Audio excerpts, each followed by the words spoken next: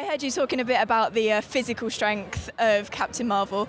Was that sort of an important thing for you to put across, considering the cliches of female superheroes and how often they've been sort of sexualized in the past?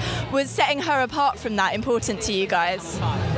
Which part, her physical strength, or just the fact that, you know, trying not to over-sexualize her? Like, both. I was thinking more the physical strength. Yeah. I guess both sort of come into that setting. Well, look, she is a very strong, powerful superhero, and part of that means that, you know, we kind of meet her. She's a space warrior. She wears the costume of a warrior.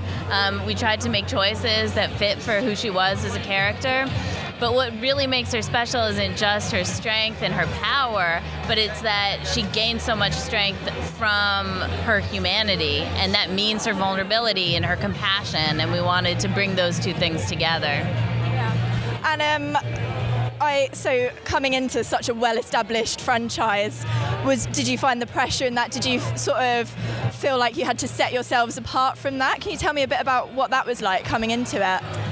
Marvel, this is our executive producer, Jonathan Schwartz, ladies and gentlemen. Yeah, he kept a tight leash on us, made sure that we didn't do anything too crazy. Totally. Yeah, how did we fit this movie into the MCU? How did you guide us on this journey? I think we sort of all kind of wanted it to be set in the 90s and knew that it was going to be able to carve out its own kind of corner of the universe.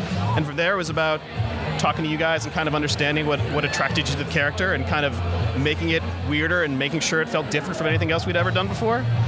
That's kind of the key to making the movies feel fresh, is relying on the filmmakers to bring a fresh perspective to it. And Ryan and Anna were able to bring a lot of flavor and a lot of emotion and a lot of color to the movie that no other Marvel movie has. Like, it's totally unique and it's totally cool, and it's because of their taste and their talent.